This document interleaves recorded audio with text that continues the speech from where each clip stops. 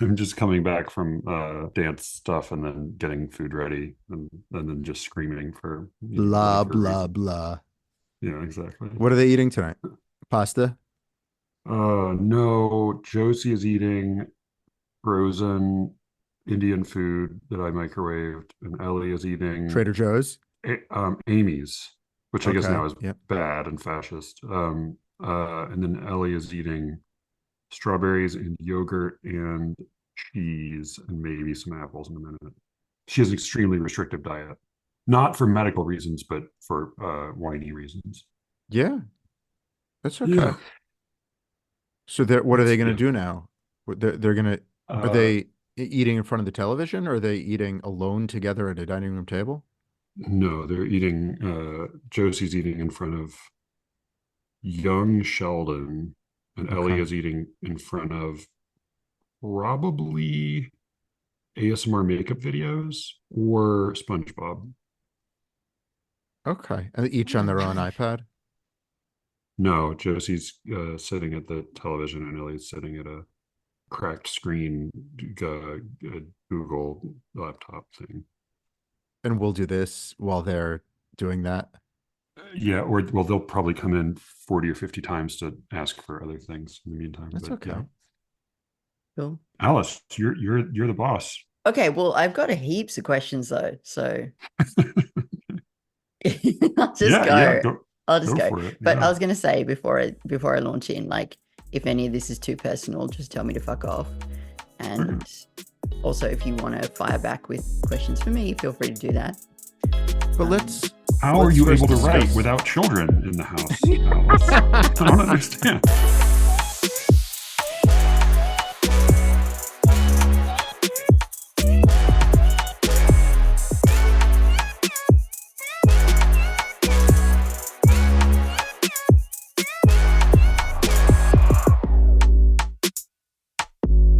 I'm Matthew Buckley Smith, and you're listening to SLEERICKETS. A quick note before the show this week. I am going to be in New York next month, May 19th. I will be at Sweet Bar, the Sweet Bar, Sweet NYC, it's sometimes called. It is listed on every map, every guide, every Yelp review.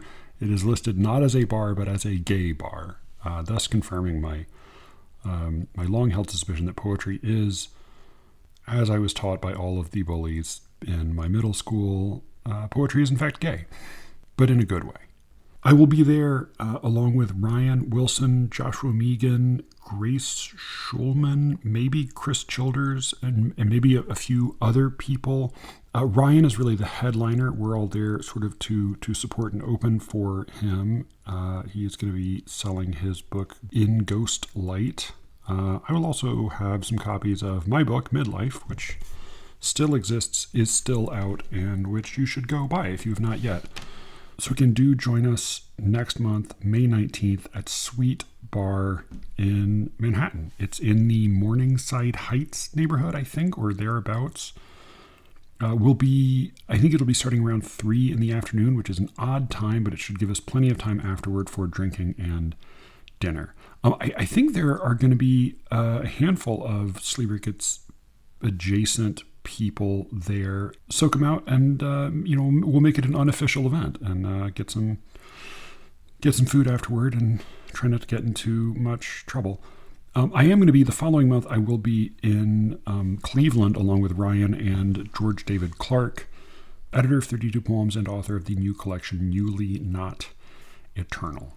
That won't be till mid-June in Cleveland at Elijah's Bookstore, and I think Brian Bridger and Ethan McGuire may also be there. So it'll be it'll be as Elijah suggests, like a miniature poetry conference, but completely free to attend as long as you pay for airfare and hotel room and everything else you might need to get there. All right, this week's conversation is one that Alice was in charge of. She ran the show on it. She edited it. So I'm going to turn it over to her in a minute. But she wanted to speak with Brian and me about raising children while writing or writing while raising children We had a lot of fun and eventually got well off topic, but I hope you enjoy. One more note, I'll put a link in the show notes, do go listen to Alice's episode Antarctica from Poetry Says. It is about deciding to have kids or ultimately not to have kids, and it's quite moving and illuminating, and I think it's a good companion to this much sloppier and dumber and more kid-filled episode. Well, what's the sort of meta conversational podcast dynamic here? So because you are playing interviewer, does that mean you have to edit the program as well? I can edit it, yeah, if Matthew wants me to, but he might want you two to. haven't discussed that yet. Ooh, No, ooh, that's the fiery question I'm coming in with. Starting trouble. I'm happy. I'm always happy to let someone else do the editing. Okay, I feel like I have a good but I sense of also like will what a do it if you don't SLEERICKETS want to. edit is. Yeah. I'm not worried about that either way. Yeah, cool. Okay, that's good. Now I feel like even more confident. I'm in total control. Brian always comes off as really smart and charming when I edit the show. So see if you can just cut that down a little bit. Yeah, okay, I'll just try. 90% the edit. I know I'm terrified what Alex is going to do to me. Yeah, you are. Show my real self. You're so screwed. Ugh. Well, my first question is for you, Brian, Yeah. because I asked Matthew this question when I interviewed him about his book, but I want to get your answer. I listened to that interview. It was very well edited. Thank you. So Yeah, I asked it's him, what good. did you think it would be like when you had kids, and what is it actually like? And I want to hear your answer to that. It's way worse day to day than I thought it would be. No, I'm being totally, you told me to be honest. I'm being honest. I especially have always been like a kids guy. Like I've always loved kids. Like I spent like way too many summers into my young adulthood running the junior division of Lake Owego Camp for Boys. Like every year I took care of kids. I taught tennis to kids. I liked kids. I liked talking to kids. I've always really loved being around kids. And my family life growing up was very important to me. So I figured that the two things in combination would be great. And I sort of I've heard people casually say things like the pluses, even out the minuses, or like the goods outweigh the bads or something. And I foolishly thought that they were talking about like a minute by minute level, or like a day by day, where like for each minute of like fighting or antagonism, there'd be like a minute of like laughter and cuddling, but it's like 99 to 1, of like the anger and the fury and the madness and the just like frustration and impotent rage versus like the 1% of like having a catch, with the kid. So I do believe that it's like worth it. It's added, and I know that Matthew pretends to think otherwise, but I do believe it's added intrinsic value to my life in a way that very, very, very few, maybe no other things do. I think my relationship with my wife and then my relationship with my kids are the only real sources of value and meaning in my life. Maybe some writing and teaching and friendship and other family members after that. So like, I think it all is sort of worth it in the end, but it's definitely more a vocabulary of it being worth it than it being fun or enjoyable. It's definitely not enjoyable in a way I thought it would be. There are fleeting moments of pleasure, but for the most part, it's like enduring the day to day. So you get to have this other human being in your life whom you love, who loves you. Yeah. And I had no idea like that's a shock. And like, I also hated hanging out with them as babies. Like I thought that I would, because like I had held babies before, and that's fun. Like you look at their little fingers and like you imagine that they have like all these teeth in their face, because they're born with like their adult teeth also in their tiny faces. So like, I was always fascinated by like thinking about that. But like that's fascinating for like 7 minutes, and then you have another 6.5 hours without interruption. And that's really terrible. So I hated having them as babies, and I dislike interacting with them for the most part. And I think it's all worth it. This is great. This is what podcasts are for, you see, because I can't ask these questions in any other context, and you can't answer them honestly in any other context. So What do This you think is about the claim that people who have kids are fundamentally selfish? Like they're having kids for fundamentally selfish reasons. I'm less interested in that because I feel like having kids is fundamentally selfish in the way that doing anything is fundamentally selfish. Like Yeah, yeah, yeah, yeah. I don't know what category of thing is purely altruistic, in that way. Right, right, right. Yeah, I'm only giving to charity because of the buzz it gives me anyway. Like I think right. Yeah, that's almost a rhetorical game that I don't really know how to play. If you want to ask something with more specificity, I'm happy to try to answer it because it is selfish. Like the sure. decisions I make for my life are because I think that they will make me uh, happier or my life more purposeful or meaningful or something like that. But that's not kid specific. That's pretty much everything Sure. I do.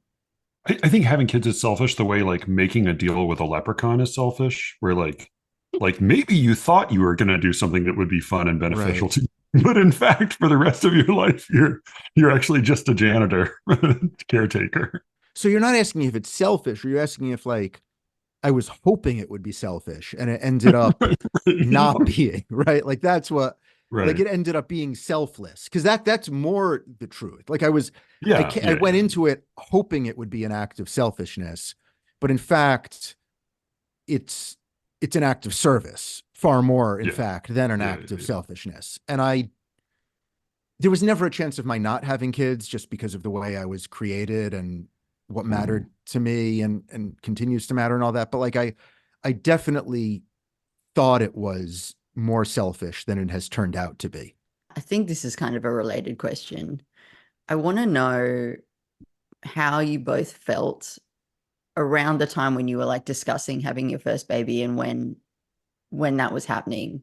I've got uh one of my closest friends is having his first baby right now, and I just keep thinking about what that's like from his side, like because a lot of my male friends have said stuff like, oh, I just felt like a spare part, like I had no role, there was nothing for me to do.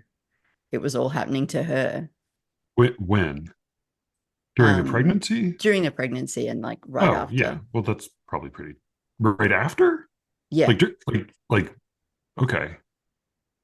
I would say that like you're a spare part and there's not much for you to do right up until the baby's born, and then your whole life is shattered and rearranged. Mhm. Yeah, that's similar to my experience. I think the physical vulnerability of the pregnant woman and the fetus inside the pregnant woman and then the newborn baby was far more intense and pronounced than I had anticipated. So like the getting pregnant involved, some passionate but mostly mechanical sex. And then once there's the fetus there, it's just a source of anxiety from then until, Owen is 10 and a half now, but from then until now, like the last 10 and a half years have just been, I guess, 11 and a half years, if you include the pregnancy, has just been like like feared that something terrible would happen. And that is in many ways like the opposite of just sitting around feeling useless because of the intensity of like maybe there's a feeling of impotence, but it's not a uselessness. It's like I would wake up when both of my kids were younger than two and like run to their crib and like make sure they were still breathing and then fall back asleep. And it's like if they were dead, they would just have been dead. Like there's nothing I could have Right. done to Yeah. to Yeah. to say it. But there is that sense of like a very Responsibility. vulnerable thing that you care about is woundable or accessible or might die. I mean, I think that's really a fear that I had once the fetus was viable, all the way through maybe when they were 4 or 5, I just fear that they would die. And I remember particularly gruesome, but I think not unreasonable thought I had when they were very young, which is that if they die, I didn't want to be the one with them at the time. Like I could get over a dead kid maybe if no one could presumably blame me for the death, or like Right. if Right. if someone else were with the kid. Like I but I just I didn't I wasn't comfortable with that level of vulnerability. And that's really it was boredom and vulnerability were the two emotions I did feel profoundly, but lack of usefulness was not. No, yeah, not once they're born. Not once they're born. My greatest and most like a fear I felt more intensely and more constantly than I've felt fear since childhood was the specific fear that I would forget that one of my babies was in the car seat in the back seat and leave the car parked on a hot day and they would die, which does sometimes happen and is like that's Yeah. so horrifying to hear about. Yeah. So yeah, I went through elaborate rituals to try to avoid that and just constantly thought about it. But the actual giving birth, the is a brutal experience to Oh, witness. super violent. Yeah. And it's unlike anything I'd ever seen before, not in a movie. Just like the physical pain and the tearing of flesh and like the of this person you love and you can't do anything. So like there's a brutality to the whole experience that Sam, my younger son, he I guess had an unusually wide collarbone or something. And like I don't know, after however many hours Alex was in labor, the doctor's like, "So we can just keep on trying this way, or do you want us to break his collarbone?" Oh, And Jesus. I said like I got kind of angry. I'm like, why are you asking me? Like, I don't Right. know. Like, shouldn't like, why would how am I supposed to?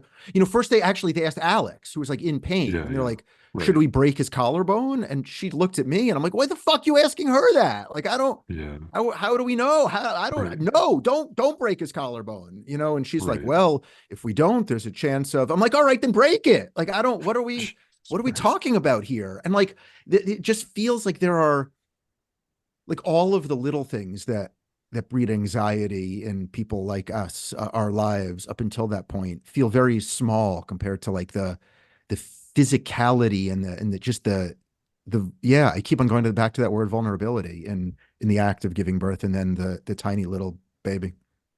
So watching both of my daughters be born and having for like, it's a very small window, but there is this little window when I have much more knowledge and memory of the event than Joanna does. She was Yeah. awake for about, sometimes women have to be put under for things, but like watching both of them head on come out in both cases, it was like it may not have been even a second long, but there was this little moment that was very distinct and very memorable between when they came out and when they took their first breath. When in both cases I was 100% they were dead. Like I was Yeah. 100% certain they were dead. They looked white, limp, not alive. And then they took a breath and they're like their skin gets color and they start doing their like spider flails and screeches. But like there was a very clear moment where like, oh my God, I'm gonna like, how am I gonna tell Joanna this? In Mm. both, like even though I knew it was coming the second time, it was like undeniably clear that that was what the case. So it's absolutely horrifying. Yeah, there's that moment which I shared entirely with you, and then somewhat the opposite, the moment where your baby is generic baby to like specific, like seeing the face and like that is the human being whom you're going to live with and like love and take care of. I found that to be a very I was going to say powerful, but it's sort of unnerving and fascinating and uncanny and miraculous moment. Like that weird sense of like oh that's the person. Yeah. If I didn't expect that the first time. I don't, yeah, maybe just because I've never been great with faces because babies when they're newborn look so weird that like, yeah, I don't know. That doesn't, I often like mix up people's faces though. So that maybe it was just like, I expect it to look confusing and generic. But yeah, newborn babies, like if you've only seen like movies, like the babies in movies, best case scenario, they're like 2 months old.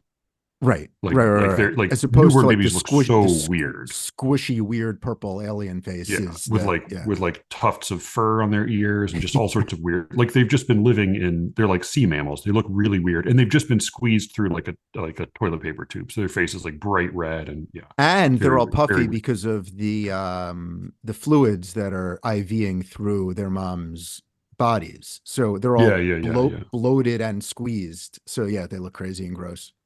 yeah. Kind of like E.T. when he's about to die. Right. Yeah. Yeah. I don't I have didn't know any kind of adequate response to any of E.T. this. dies. That's He doesn't die. spoiler He alert. almost dies. He almost dies. He's about Yeah, to that's die. what I was Yeah. gonna. I thought maybe the director's cut, the Snyder cut. Oh yeah. Okay, so I think sort of asked this to Matthew already, but I want to ask Brian and also maybe reframe it a little bit because I want to, both all your kids are just that much older now. And I'm really interested in like, what's the bit that you look back on and go, I can't believe we made it through that? Or what's the bit that you're like, oh, I wish we could go back to that point and just stay there? Mm, And I know that Matthew, you said like the baby time was the best yeah. bit, but it doesn't sound like that's true for you, Brian, at all. I have no bits that I would want to go back to. I have moments. I have Right. moments Yeah. Yeah. like the like 1.5-year-old. There was a time when Alex was going to work early, and it must have been Owen because there was only one of them. So she would just like dump Owen in the bed with me for like 45 minutes every morning while I would be half awake and Owen would be half awake. And that I would do every day for the rest of my life if that was accessible to me. But no, I have found each stage to be increasingly difficult, but increasingly not rewarding, increasingly, I'm trying to find a word that's not rewarding or pleasurable, but more, more compelling. I don't know. It's a strange way to think about my kids. What was the first question you asked though? Because I was Oh, like, excited to answer that one. what's the bit that you look back on and think, I can't believe we got through that? I have almost no memory of COVID, of that. I don't know whether it was four Really? months or a year and a half, Holy or shit. I don't, I have almost no memory of being Wow. alone with my kids and wife and sister all in our house, needing to entertain the kids all day, every day. We had I know that we had like we'd meet up in the morning because my sister came and moved in with us and we were all working online and we would all take, like 3-hour chunks and then of responsibility over the kids. But like what we did for meals and what bedtime was like and what the days were and how I got through I almost I literally can't remember it. So that must have been bad. Like I don't think I think that was really bad. I honestly don't remember whether it's like a month of that I'm talking about or 6 months or a year and a half, but I think that was that I don't know how we endured. What's going on, baby? Okay, hold on a second. Hold on a second. I'll be going. Yeah, I would say the hardest part is when one of your kids is 2 and the other one is 6, and there's a worldwide pandemic and you can't leave the house for 18 Yeah. months in a row. Yeah, that's That's the worst terrible. part of That raising was really kids. Yeah, bad. I'll be right That's back. really bad. Yeah, it's a dumb question, isn't it? I should have thought No, that one not a dumb through. question. It's It just is it's a not. pandemic specific question. I am You want interested to? while Matthew is Oh, you want gone. to Oh, quickly wait. say Oh, hi? yeah. Oh, Hey, hello, sweetheart. you are older now than last time I saw you. Is that true? Yeah, that makes sense. Did you have Indian food for dinner or did you have a variety of like yogurt and berries and stuff like that? You don't remember? That was a long That's time ago. okay. Yeah. Do you want to Did you do you have want your to tell them what you told me in the car, that sometimes when I have a podcast playing in the car instead of Taylor Swift, then you kind of forget and what did you say it makes you feel?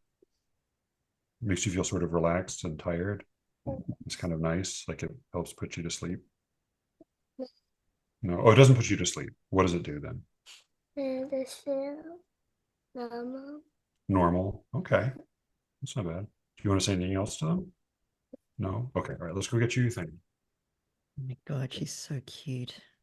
Holy She shit. is. Both of them are. Yeah. What is your Why do you think listeners of Sleerickets will be interested in hearing Matthew and me talk about our kids. Well, because I am, and I'm a listener to SLEERICKETS, and I know that Why? there's like a couple of people have been like, "Oh, you should start a parenting podcast," or at least Jonathan has. So I'm going off that. Me and Jonathan have good taste, so I'm But just that's but I'm interested in sort of the theory behind it. Like, what is the well, is it just interesting to hear people honestly discuss yeah. parenting, Like, or when does this ever happen? When does this ever happen? I don't think it's like some. I mean, apart from like confessional essays on the right? Atlantic, but like. Yeah, I just think that like you and Matthew, like as SLEERICKETS podcast, like characters, you will kind of like skirt past this sometimes. Right. Well, That's interesting. maybe sometimes you go straight into it, but like there's always more questions, particularly for someone like me who's just like thought about this so hard, and I'm just like so fascinated by it. And yeah, I think like you always just want to know more about those people who are in your headphones, and so that's my goal, is to like draw a bit more of that out. I mean, I wonder whether this is an extreme version of a Brian episode where, like, instead of 40% of the listeners turning it off immediately and 60% sort of not minding or enjoying some of the silliness, like maybe this will be 80% turning it off immediately, but the 20% who remain being like hardcore into it. Is that how do you see this as a particularly niche episode? No, I think it's like, and I don't think those percentages are right at all. I think you hear from like the 5% who have a problem. I mean, that's my experience, is like, Right. I either hear from, very occasionally, you hear from people who are like, I really loved that thing. And then, yeah, you just get like people who have a hot take and want to like just remind you that what you said was a little bit wrong, and that actually they're in the very center of it. Like, yeah, I don't think that, no, I mean, you're like, you started out doing this really good, but you've gotten so fucking good at this, particularly recently. When I listen to you, I'm like, has Brian been taking lessons? Yeah, I've been practicing. I've been going to my coach, my podcast coach. No, Yeah. we can't indulge in just complimenting each other Yes, we sessions. can. So we We can can't. We totally can't. do That that. the listeners would turn off. We can. I'm editing this, so I'm I in know it. charge of what I think they can It'd be bear. funny if the edit was just you setting me up to reciprocate the compliments, but you cut all of the good stuff about me. No, It was I'm just not me expecting you to do repeating, that. Alice, you are the best. Stop it. You are. We were just talking about how Alice is the best podcast guest and host. No, that's not what we were Yeah. saying at all. Yeah, I think so. Let's see. It's the consensus. How, Yeah. is everything okay your end, Matthew? Oh yeah, yeah, they're Yeah. fine. Just eat just more sugar and unnecessary distractions. Yeah. I mean, I Okay. guess necessary distractions. Okay. Well, this is my last kind of parenting question, but I want to But know. that's the whole episode, I thought. We're What are we done? doing? We're done already? Well, I mean, I can ask you more things, but this is the one that I really want to know is what do you wish your friends who don't have kids understood?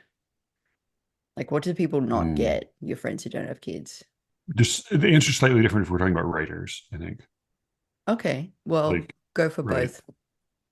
We're not choosing not to spontaneously go hang out on a weeknight, both of us at the same place. Like, yeah, like when only one of us shows up to an event, or like we seem to need to plan things like a million years in advance, or are just generally less fun and available. That's not like a personal preference. It's not like like we're like, I'm no, not, I mean, we are no fun anymore, but that's sort of parallel. Like that's correlation, not causation. If you're a writer and you don't have kids, then shut the fuck up, never complain about anything. Yeah. Like, Yeah, it's I sort of my impulse. totally agree. Totally agree. I think that people understand it intellectually, but don't feel it viscerally. Just that it's not like we have an extra thing to do, or it's that we're rushed. It's that there is no time. Like, writing feels selfish because it is taking away from time I could be spending with my kids, or more than that, laundering their clothes or preparing a meal or organizing their homework in a little stack so it would be taken out or later, or get their clothes ready or get them bathed or fix the thing. Like there's Alex, my wife, is an extreme case because she almost literally has no time to do things other than sleep, eat, work, and take care of her kids. Like once a month, we will go and maybe have dinner with friends, and twice a month, we will hang out just the two of us. But there aren't minutes. There minutes in her life do not exist, and when they Mhm. do, it's usually like needing to go food shopping, or like taking the kids to buy the winter coat because they don't have, like, there are, Alex has 0 minutes in her life. I have very, very few. And that means that when I do have time, it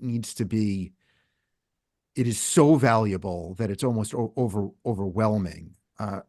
So you said about, teachers. I mean, yeah, I'm moving to teaching. You said about writers who don't have kids. I think it's like people complaining about the quantity of professional responsibility who don't have kids. I have no sympathy for at all, because they have like 7 extra hours in their day. It would be like not having kids for me would be like if I were a human being who didn't need to sleep, and like I would just have the extra time. Like I could do twice as many things. Like I don't, like my colleagues at school who are like, oh, this weekend I was grading so many papers. I'm like, grading papers? Like I was just like this servant to these two tyrannical maniacs for 48 hours. Like I graded some papers, but I don't think people understand. I feel like it's how parents of severely developmentally disabled kids feel about parents of regular kids. Regular, Oh forgive me. I know the God. I know Yeah, the yeah, I know yeah. the vocabulary around all this is fraught, but I don't think the metaphor is terrible. And feel free to write into Matthew and yell at him for allowing me to say this, or Alice for editing it and keeping it in. But I do feel like the friends of mine who have severely disabled kids are living in this sort of universe unto themselves, where they at a certain point don't even bother trying to explain it because it's so insular and difficult and all consuming. Yeah. I feel like they are to me what I am to people without kids. Just like you can't, like, you just have no idea. And that's Yeah. not Yeah. true for everybody. I feel like there is a certain typically male parent who can divorce himself from the constancy of parenting, of life with kids. I know some wealthy men who outsource much of the parental labor to their spouses, They're gay like or straight, uncles. gay or Like they're straight like actually, uncles. or Yeah. servants. Yeah, but Yeah. and they're like uncles with more authority, because like Yeah. when they Yeah. want Yeah. to come in and like have a strong opinion, everyone has to follow Yeah. it. But other than Yeah. other than those men, I feel like there's the gulf between having kids and not is almost indescribable. Is that an exaggeration, Matthew? Am I? No, I think that's right. I also think like if you ever have the impulse to say like those parents need to, that child is spoiled, or those parents need to get that child in line. Where like, I just want you to like reframe that in your head so that you just go to that parent and you say, I think you need to allow somebody to scream at you in your face for more hours of the day than you currently do. Because that's really what you're talking about. Yeah, Like, what is your tolerance for being yep. screamed at in a row, very close up for I mean, extended what periods of you're time? talking about is like screen time and sugar and like Yeah, yeah, yeah, just yeah, like yeah. general, yeah, like anybody with strong opinions about that stuff, that obviously we don't want to hear it. I am interested in, though, the step beyond that, where I try to poke and prod myself a little bit in this conversation to Yeah. see whether I have any of those feelings. And when it comes to food and TV, I don't. Even when it comes to kids being rude, I like mean to strangers. I used to think I would be a lot more judgmental of parents in that situation, but just like kids are maniacs who are mean to everyone except for like the ones who are Yeah. weirdly not. And like that seems like way And are you more. making a distinction here between like mean to strangers and like unwittingly rude? Like there's a difference between saying like screaming at a stranger and saying like pointing to a deformed person saying like look it's a scary monster, right? Like they're different things, right? Like No, both but can be very I'm hurtful, saying but that before I had kids, I think, or people without kids feel judgmental towards the parents of mean kids, like kids who are saying mean things purposefully. And okay, even mean on that, purpose, right? yeah, because like obviously the mean accidental, like that, Yeah. how could you be angry about that? But I think I would have put myself in the judging parents of kids who are mean on purpose camp, but I'm Yeah. not even there.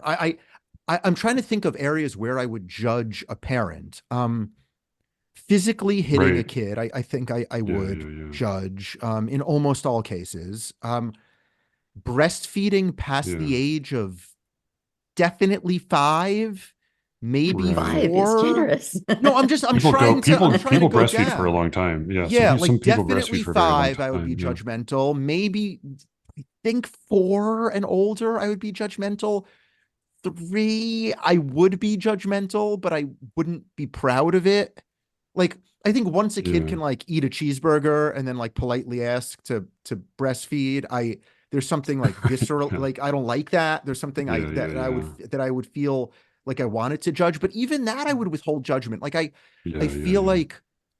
like there's almost like even if I heard a kid like using the N-word aggressively towards a black guy, like I don't think I would be as judgmental about if the parent didn't then jump in and say Right. Yeah. Yeah. Yeah. you don't use those words. Like Right. I definitely could be, thinking like, why wouldn't you correct that? Like, it's the same thing with like physical violence. Like if I saw a kid punching another kid, I used to Yeah. think that I would blame or judge the parents for that, but now I don't think I would anymore. I think I would blame the parents for not intervening in some way after, but Right.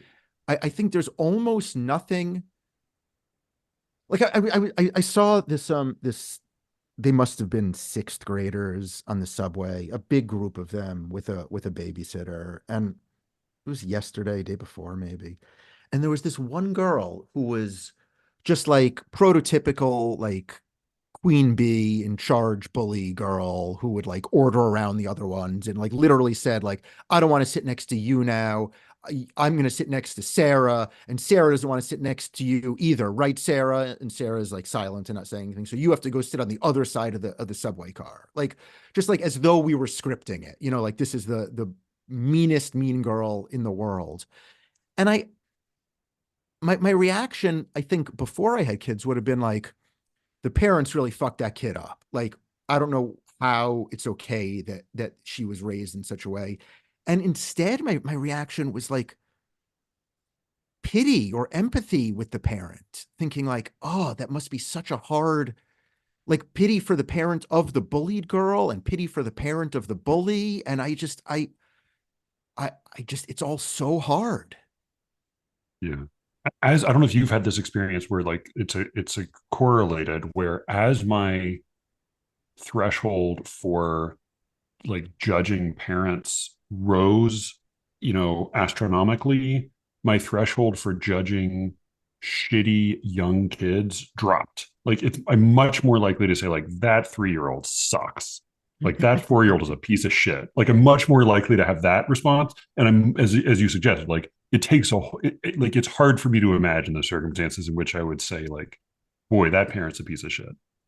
But you see, my difference is I would say that 4-year-old's a piece of shit, but I wouldn't blame the kid or the parent. It would be more like like a, a like an anthropological observation or something, Right. not a moral one. Like It has made me believe in genetics like way more than I am comfortable believing in genetics.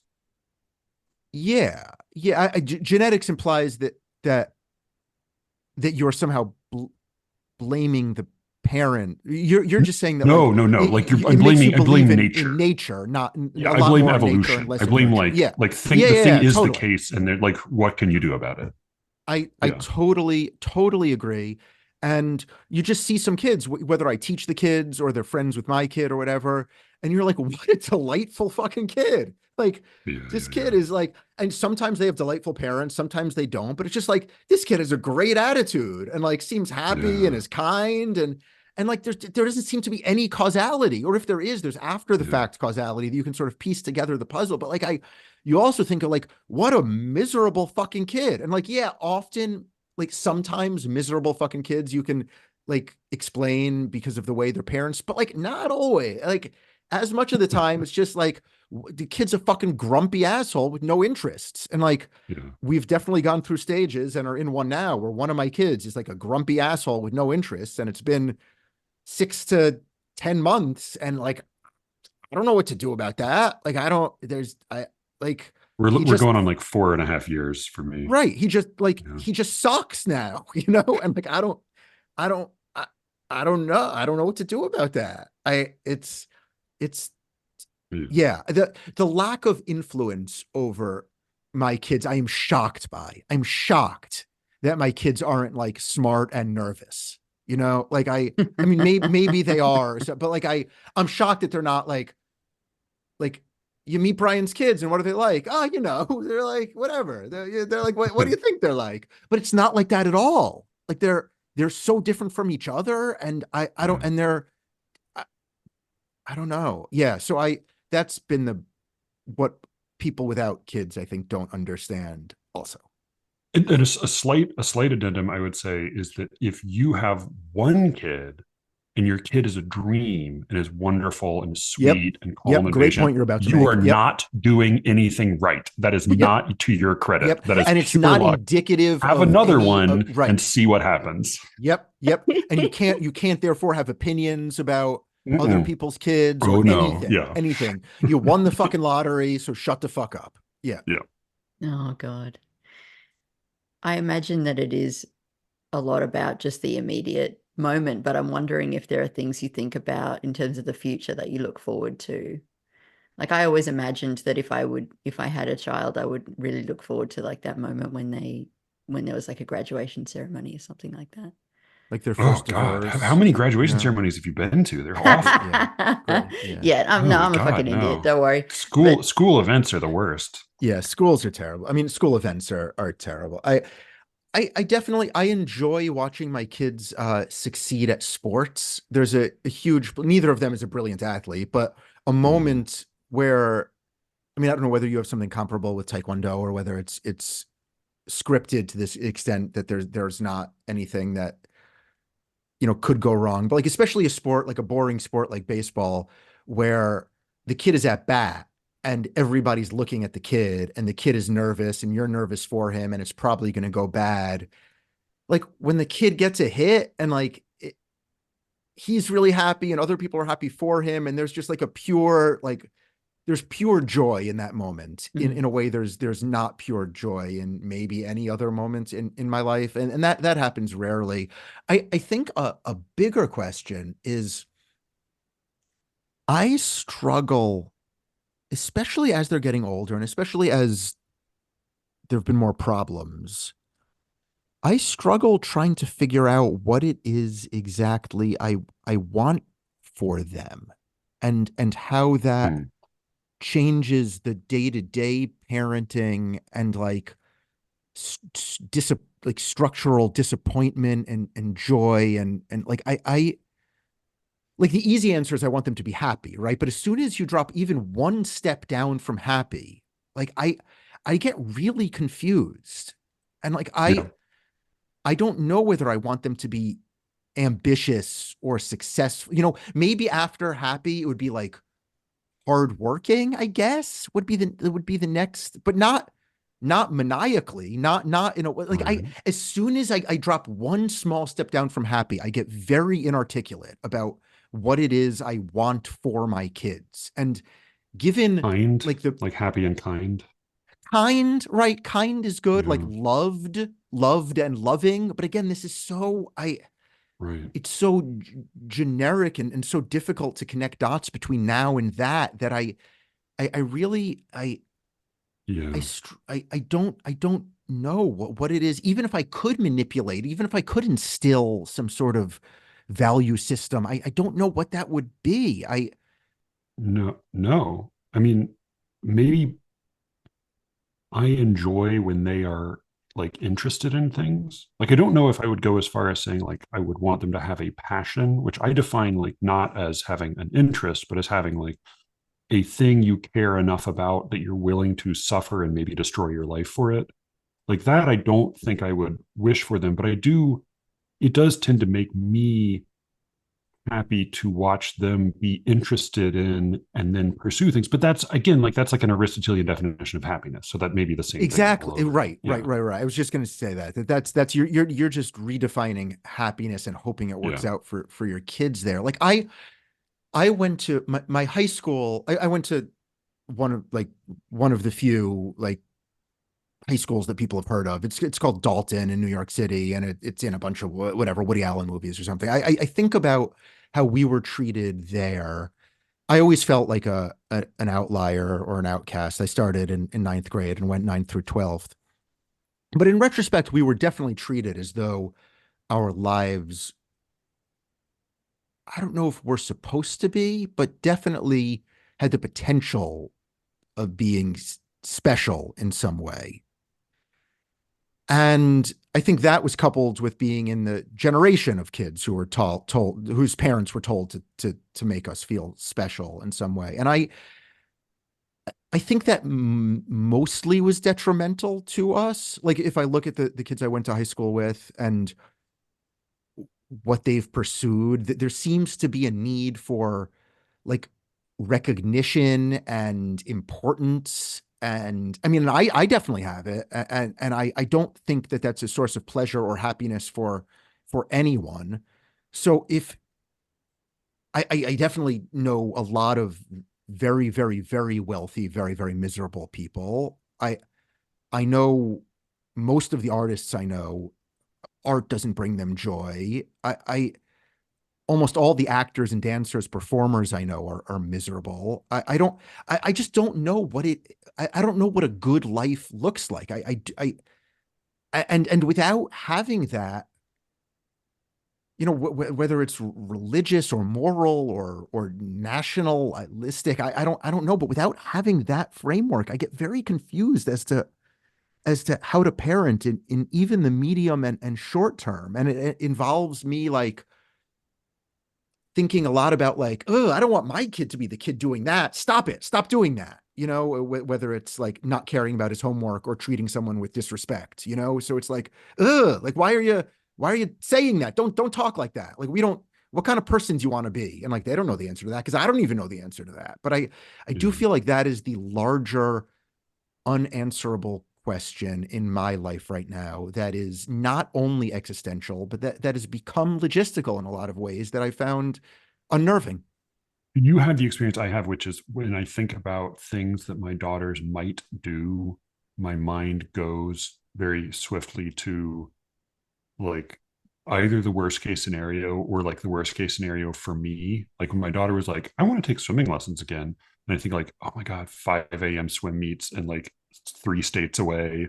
Or like, oh, I want to do gymnastics. I just instantly think like spinal injury, like whatever it is. I think like what is the how is this going to go? How is this going to be a horrible regret of mine? Yeah, and that's complicated as well by the fact that, as I've mentioned once on your podcast before, I can't fully separate my feelings for and about them from my feelings for what I am going to have to endure because of their activities or feelings or experiences. So like when when I get a call from school that my kid misbehaved in some way, I can't delineate between being disappointed and upset with them and being like, fuck, this is going to be the rest of my day dealing with the kid who misbehaved, and I'm going to have to talk to him, and there are going to be follow-up conversations, and then I'm going to have to talk to the school, and what does this say about his proclivity towards misbehaving, and what it will mean with more of these conversations down the road. And like I'm so wrapped up that it's my life is so intertwined with theirs that every decision, every action, short, medium, long term, it I can't separate it from my own, like, oh, that's going to be exhausting and annoying, and I'm going to be tired from, oh, is that best for them and their life moving forward? Here's a poisonous question that has occurred to me, and I don't have a good answer for it, except like some combination of pride and misery. But how would you imagine it being for you if one of your sons were to become a literary novelist and achieve wildly more success than you doing exactly the thing that you do, like as closely as possible? Like, so it's not even like a slightly different category, but it's like exactly what you do, but like be way better and better recognized for it. How do you imagine that affecting you? I think up until he was successful, define that as he would, I guess, or as you just did, I would be horrified that Mm-hmm. I was ruining his life by Yeah, somehow suggesting that he should follow in my footsteps. right. But I think I would feel immense pride and happiness if, It would be unalloyed for you. yeah, there'd be Wow. Okay. no jealousy or regret at all. That's It amazing. Yeah. would be unalloyed for me. Yeah. I I think, think it I would, think, more than that, I yeah. think it would make me, I think it would boost my ego, insofar as like we're talking about egos here by necessity. If the Yeah. implication is that I would feel anything, if it would be alloyed, I think it would boost my ego. I think That's amazing. Yeah. Yeah, I definitely don't feel that. Like I think it would probably be it would just be like two separate tracks. Like on one track I would just be like full of joy and pride and excitement. And then on the other track it would be uh deeply miserable. well, that's the way I would feel about if any of my friends became massively successful literary novelists. Like if you became a Right. massively successful literary novelist, I would feel deep pride and joy and happiness and Sure. And a then on a separate track you'd burning feel misery. resentment and fury. Yeah. Yeah. But I And think that's like that I maybe would be that's it. proud of Like the former and sad about the latter. And I in all my actions would only try to make the former happen and never the latter. But I definitely couldn't suppress that resentment and jealousy. But I but don't that think I would suggests feel that that way in my kids.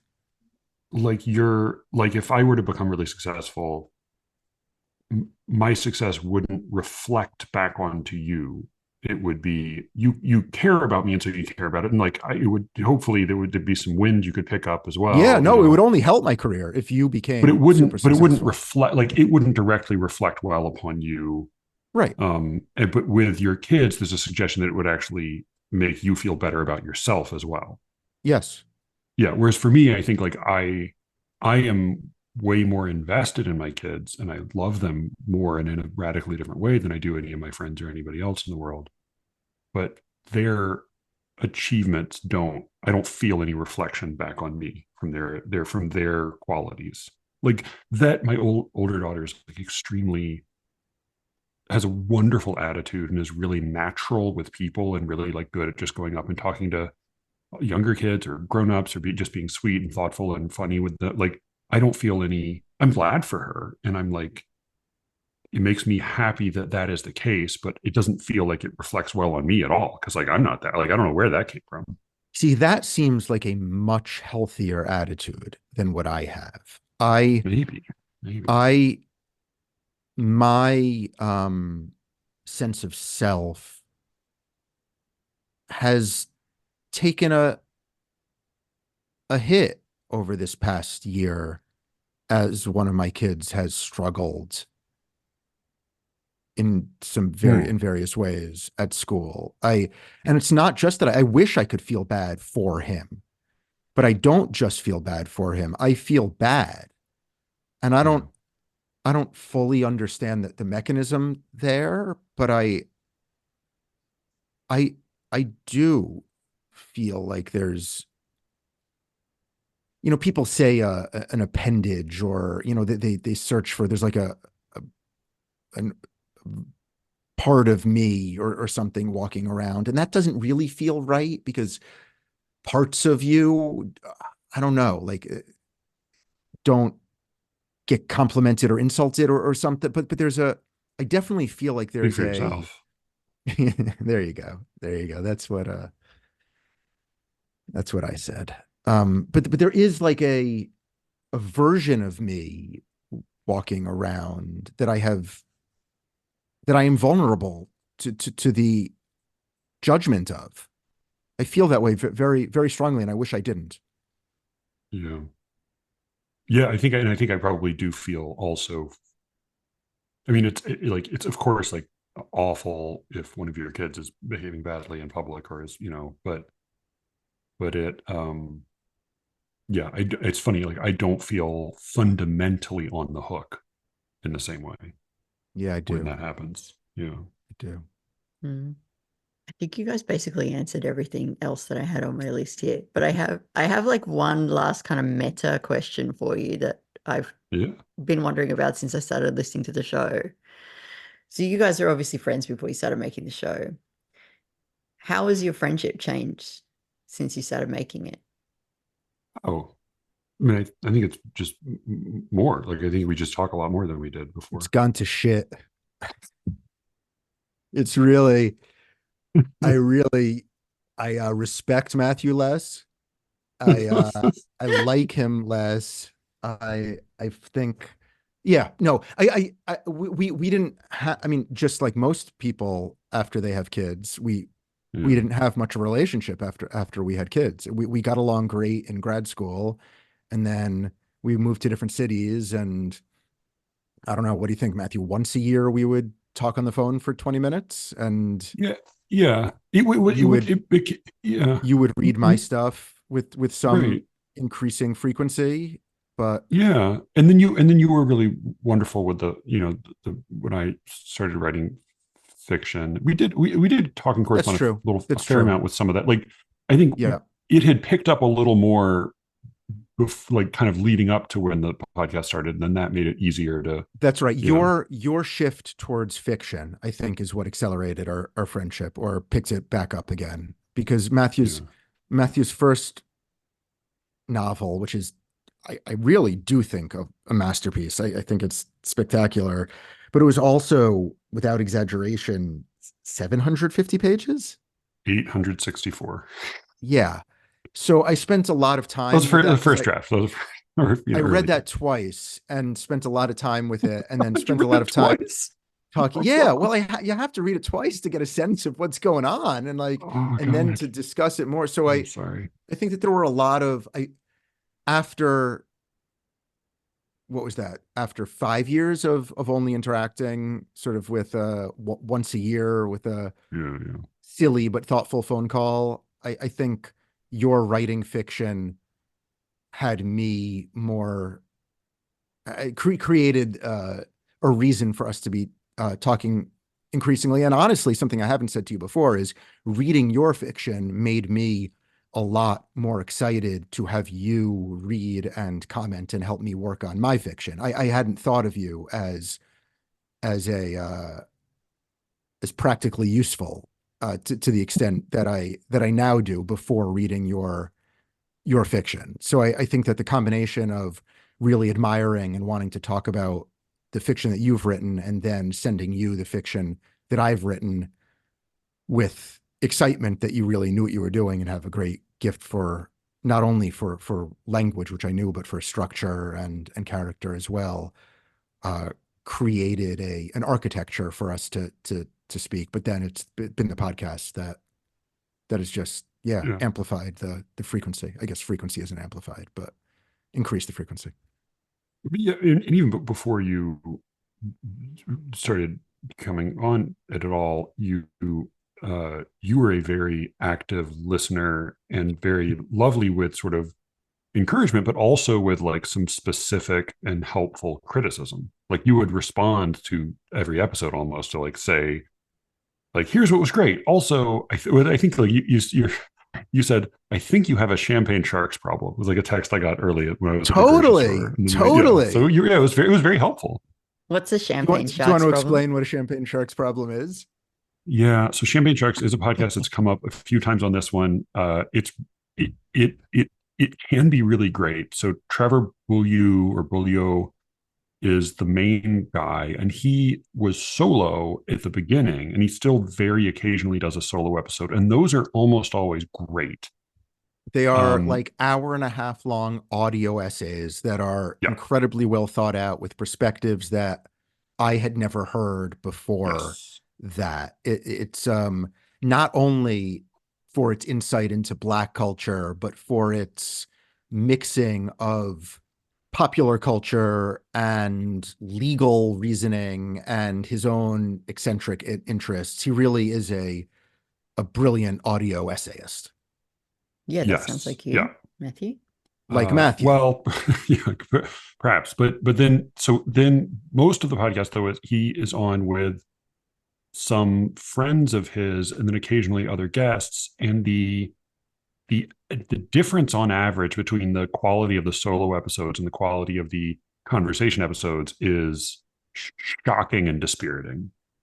Well, because the solo episodes are now I'm feeling good, self-conscious, and the conversational episodes they're terrible. Very bad. Very bad. Oh, they're like actively bad. Okay. I can't really explain. It's like simplistic to the degree, like not only do they not prepare, but it would be like if all you heard was like the first thing that a not at all knowledgeable or smart person would say about a thing, and then they agree vociferously with one another, so it would be like, I know what you mean. Okay. I don't need to give examples. But that's tough though. Like, because, you can often feel like, well, it can't just be me. But then you're not in control of what it's like when you bring your mate on who you've had a good chat with off mic, and then you put the microphone on them and they're like, now I'm going to say a bunch of bullshit and just agree with, So I sympathize deeply with that. But his friends should prepare. I don't understand why his friends don't prepare. This is such a difficult thing to prepare for. Like, this is not a thing that people do ever, really.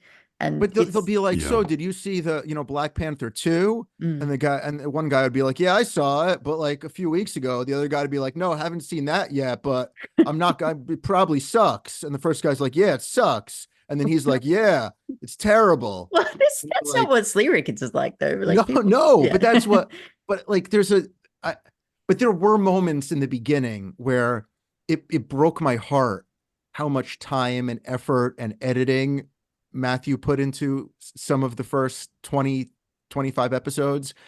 And then it would just be Matthew and some other person who didn't realize there was like an audience or somebody who would be listening to it, or any preparation needed, or any desire to be entertaining. And I suggested maybe Matthew shouldn't have as many of those episodes.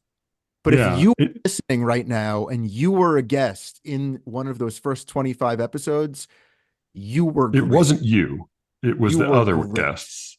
Yeah. Well, but it's also like when you first start having guests too, like, yes, it's tough because you're really nervous as well. Like, I mean, this is all true for me. Like, plus, like, you can't just immediately be like, okay, well, I want this huge name on. Like, you've got to start with your mates, like your family, that kind of thing. So it's tough.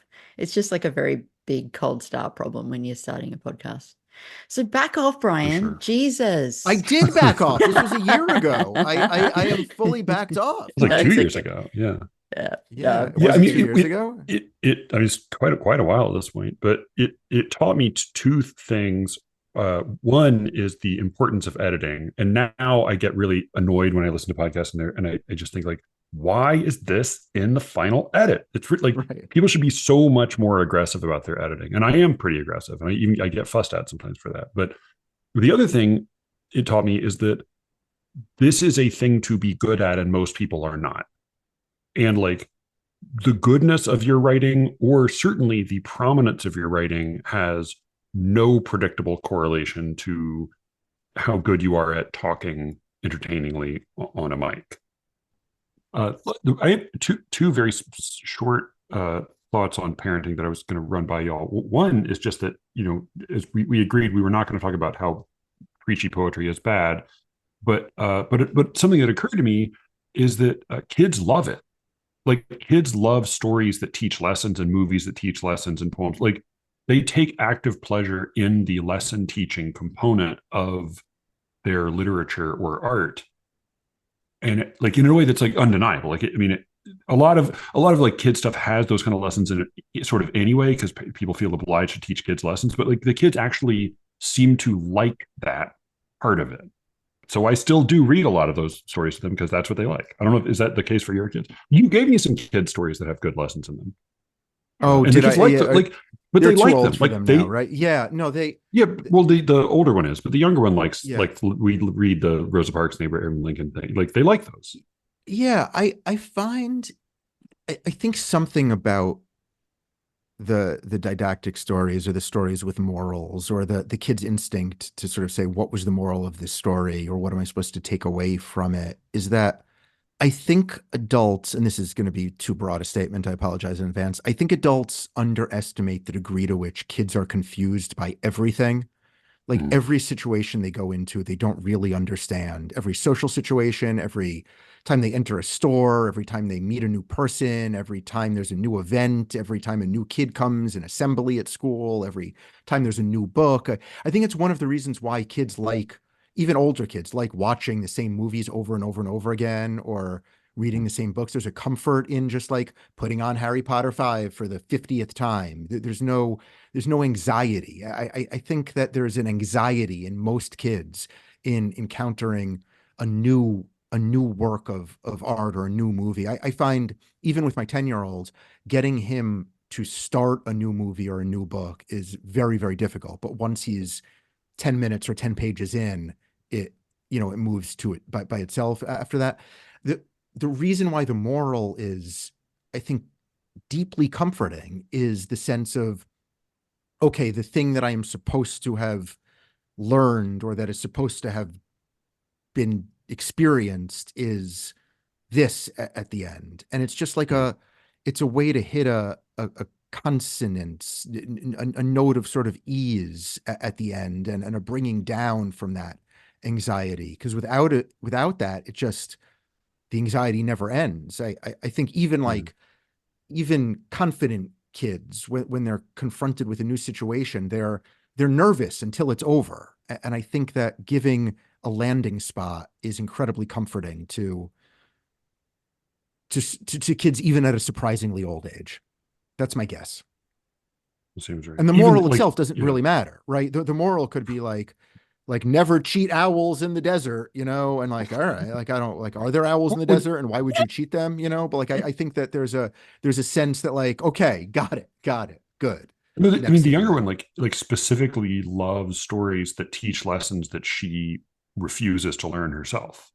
Like, she Right, is a very picky eater, and right. she loves green eggs and ham and bread Yeah. and jam for Francis. And like, even when she was like refusing to be potty trained, she loved the like potty books about using a potty. Like, yeah, they just like that it's a lesson. And that part I can't deny. And they often dislike books that really like artfully abstain from teaching lessons. Totally.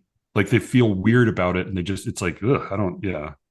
There's a They don't want to go darkness back to to that those. experience. There is. Yeah. There's It's all the more amazing then that your son was so into past lives, given that there's really no lesson resolution. So, Well, I think it's early puberty stuff. I mean, I ah, think it's this it's simultaneous. Like, he wants to, we call it a sleep hug. He wants to be like held and snuggled in bed before he Yeah. falls asleep. And he is fascinated with sex and smoking and drugs and violence and war and all this uncomfortable stuff that he's sort of working his way through. And both of those sides of him are very present at different times, and trying to figure out how to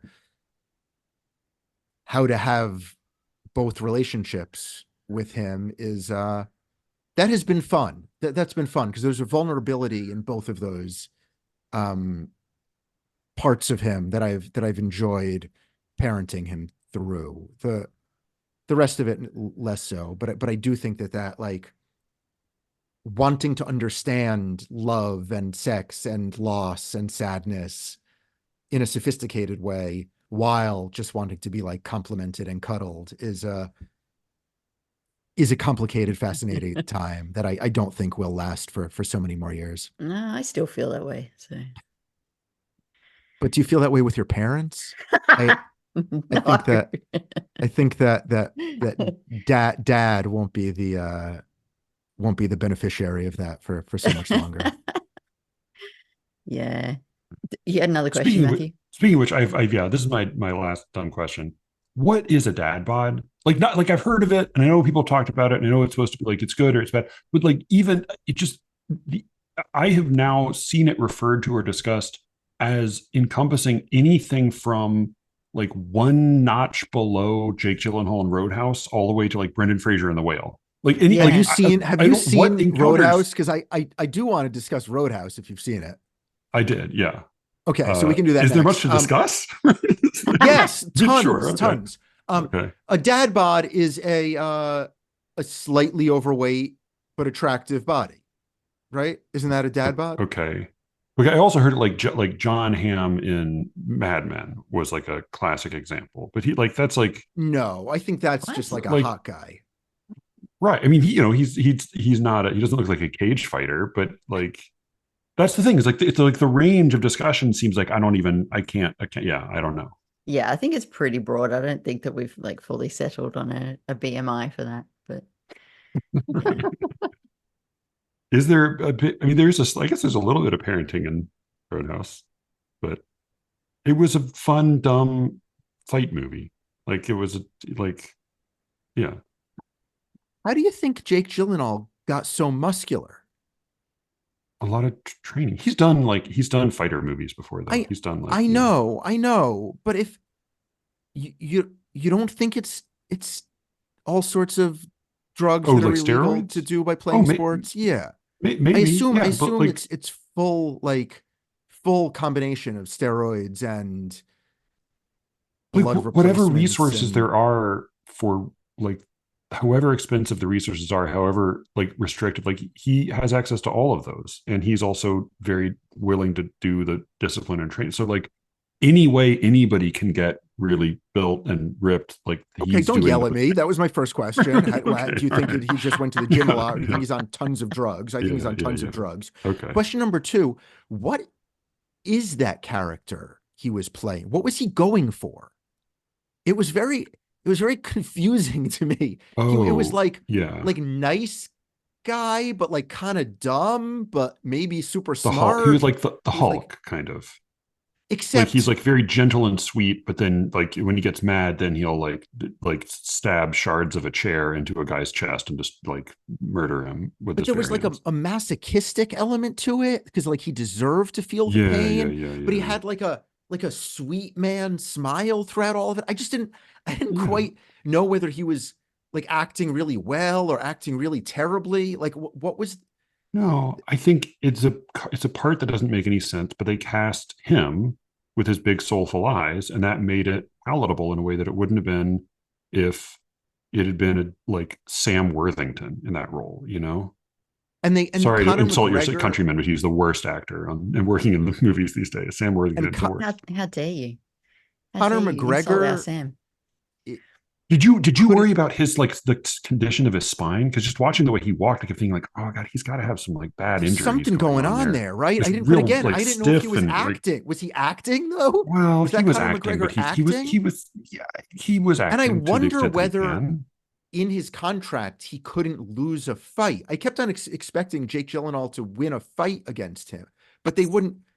I don't think Conor McGregor would was amenable to losing a fight. And I think that fucked up the sequencing in the movie. I mean, at the end, Gyllenhaal, spoiler alert, right? I guess murders him, but then he was fine after that. Did you watch after the credits? Later. Yeah. Turned out he wasn't murdered, even though he was murdered. Just beat up a bunch of nurses. Right. This sounds like a masterpiece. It seemed like there were a lot of like artistic decisions. But I couldn't I understand. didn't. I was going to say I already disagree with that statement. Like I But like, what don't think about the there are a lot of artistic casting decisions. of Like, the likable black girl, like the hmm. tween? Or Like, the what little was girl, she? yeah. Or Billy. I She thought it was like a lot of good casting. Like Billy Magnuson was great, and the Lucas Gage, the like other bouncer, and even what's his name, Post Malone at the beginning is like the like good natured cage to- fighter. Like totally. it was very well cast, very dumb movie that is entertaining for straight men to watch. I think like that's what it is, and like I Why? don't Because know. It's even hard to. though I deny there's such thing as a straight man, I still enjoy Sorry, watching I should say people. gay men as well. Look at for maybe slightly different reasons, but yeah. But Um, there's just something, I enjoyed it because in spite of myself, watching huge people fight each other and the good guys winning is fun yeah. Yes. to men. The same with like Joanna's like a brilliant woman who has lots of like very sophisticated taste. Like there's also a certain kind of dumb romantic comedy that she'll just gobble up like candy, and like that's fine. That's okay. All right. In listening to the double episode that you two put out recently, Oh All shit, here right. we go. We're in no, so no, no, much we're trouble. not going anywhere. I have no criticisms. We're staying exactly where we are. I wonder why the male female dichotomy comes up so frequently between you two in a way that it Hmm. doesn't in the rest of my listening and conversational life. Well, I worry about that a bit because like I worry that listeners would be like kind of sick of that. But I don't know because I don't I'm not practice sick of it. being bothered.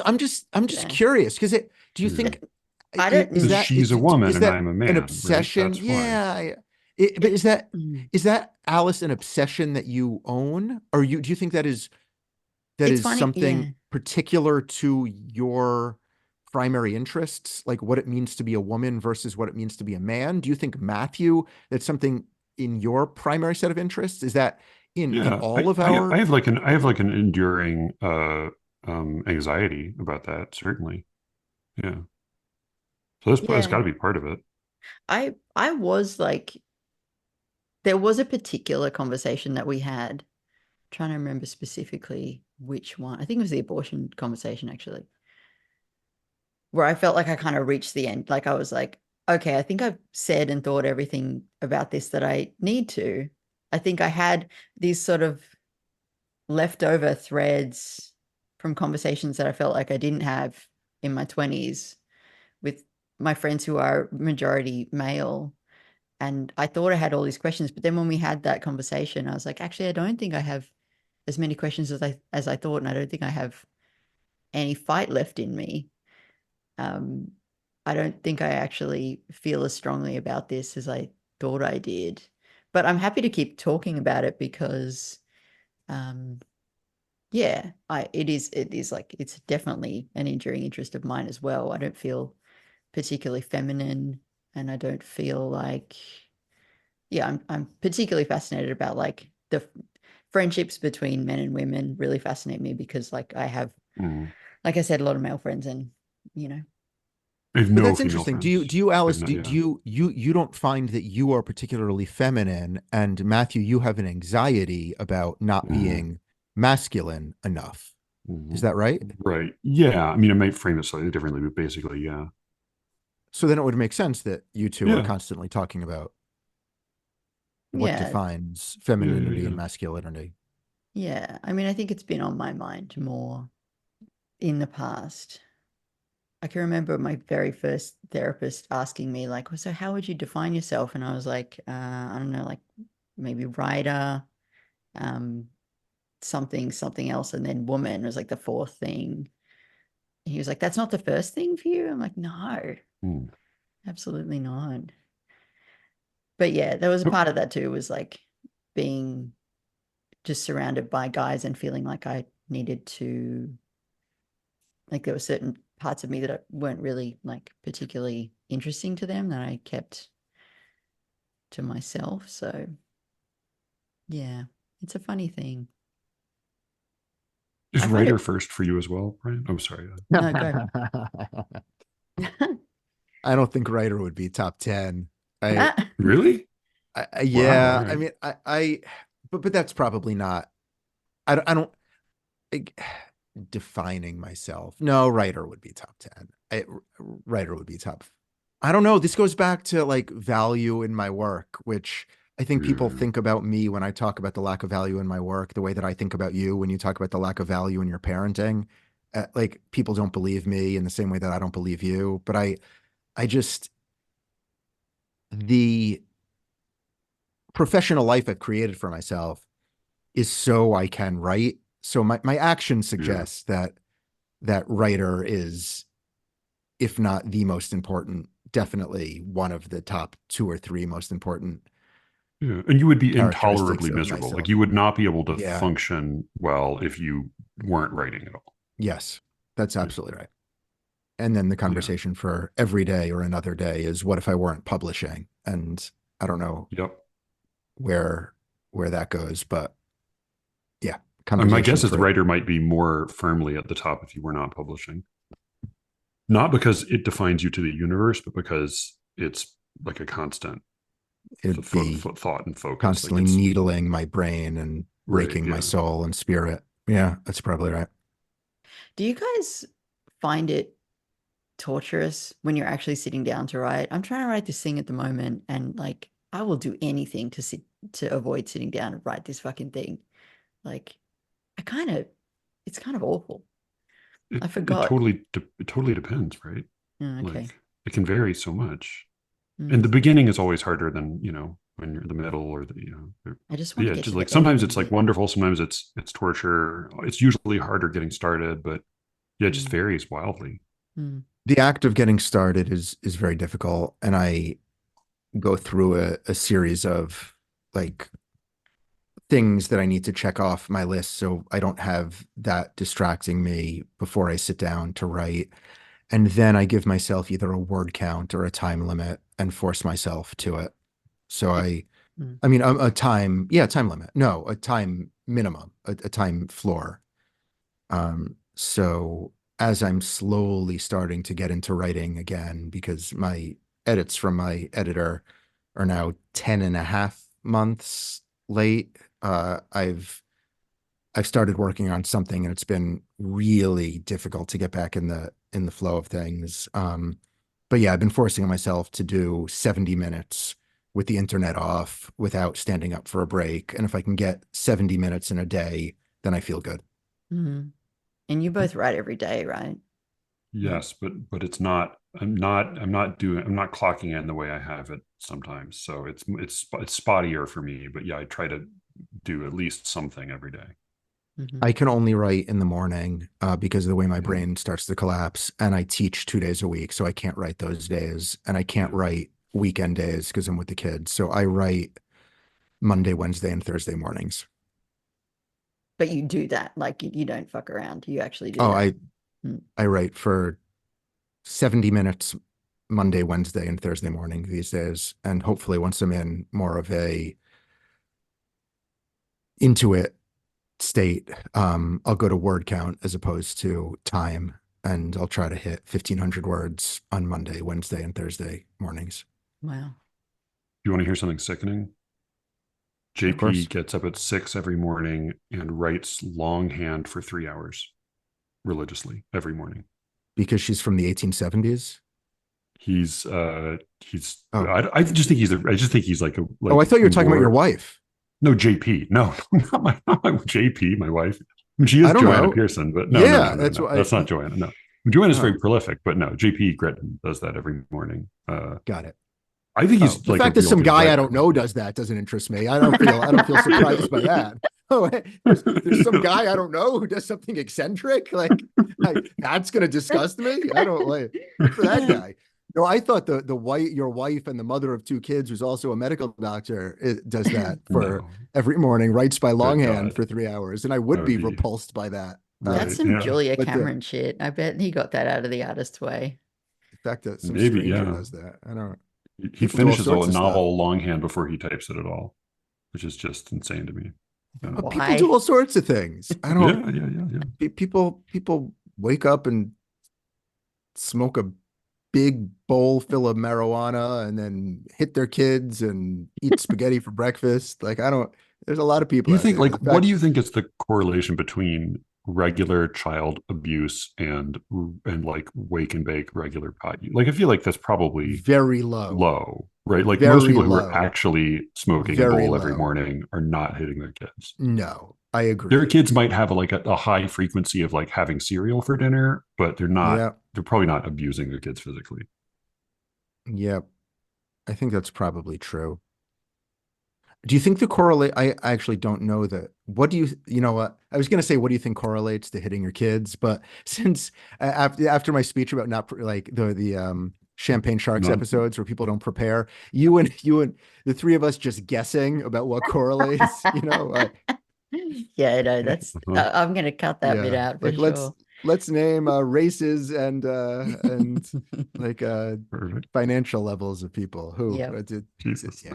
only Yeah, By the we way, should cut if that. I don't know if it's still available online, but like your amazing reading in that bookstore in New York that then got immediately hijacked by the other people in the room who were like had this like fascinating, very honest conversation about race and personal finance.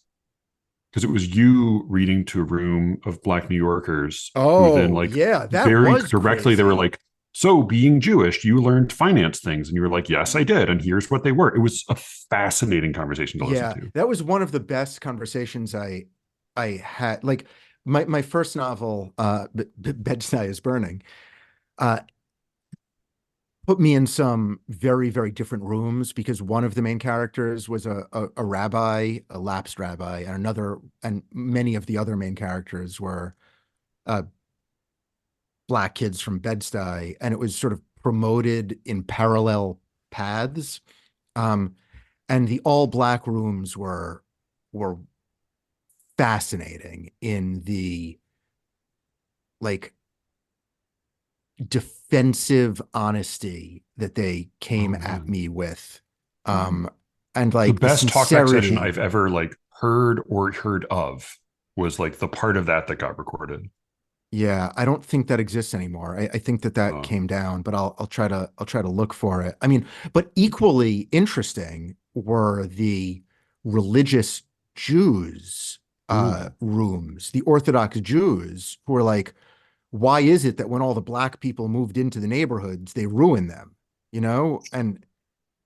And the reason why those weren't as successful is because I'm not black. So when people were saying right, right. sort Yeah, of yeah. stereotype Jew questions, I could push back and like defend myself and parry a little bit more.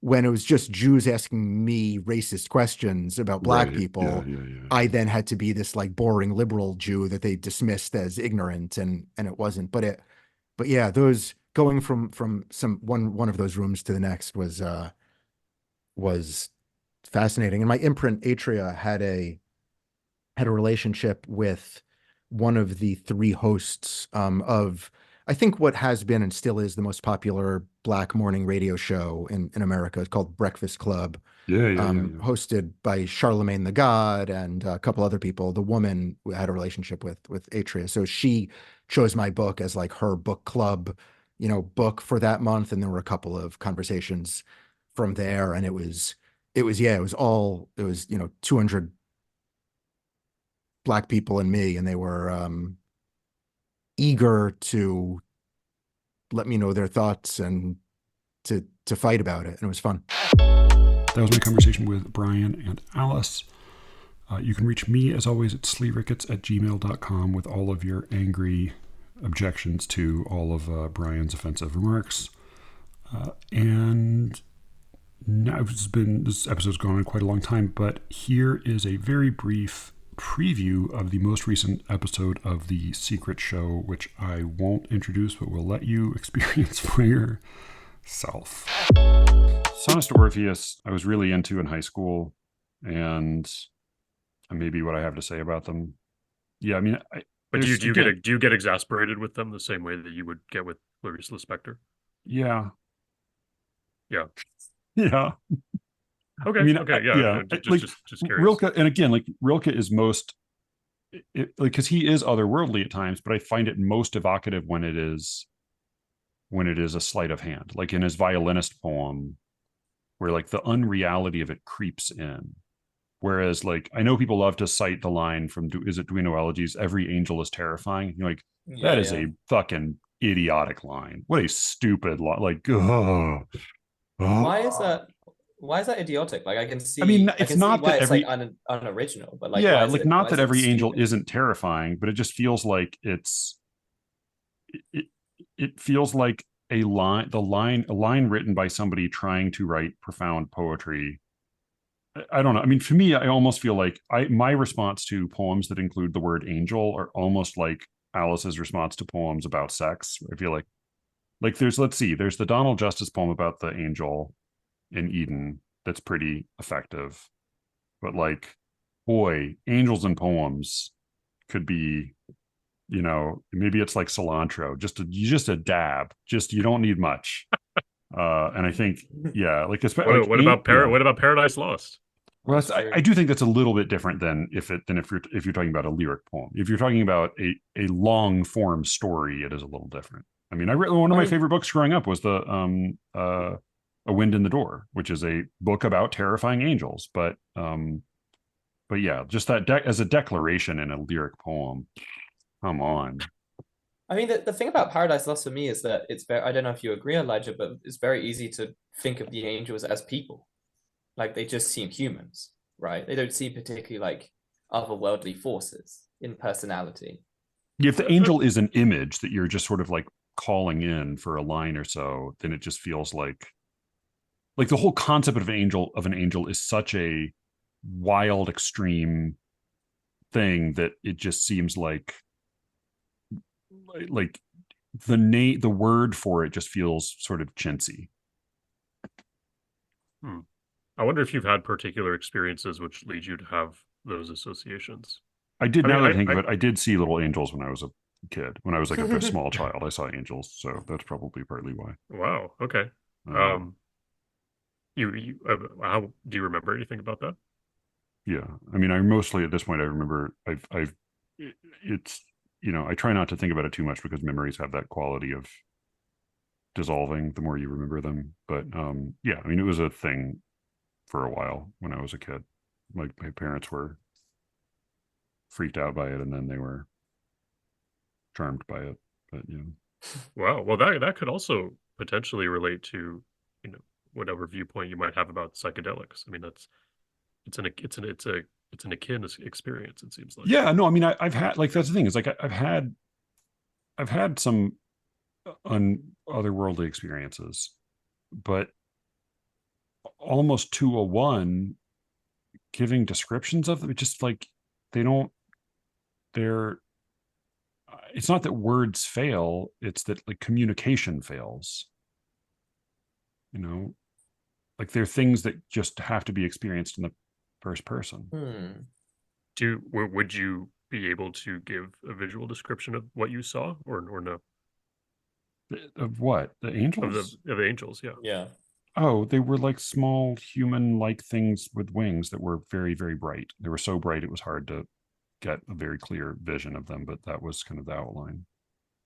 Okay. But I was a fucking kid. Like, I was a kid. I mean, I've seen lots of weird things, but like, it doesn't, again, communicating them is just sort of pointless to me.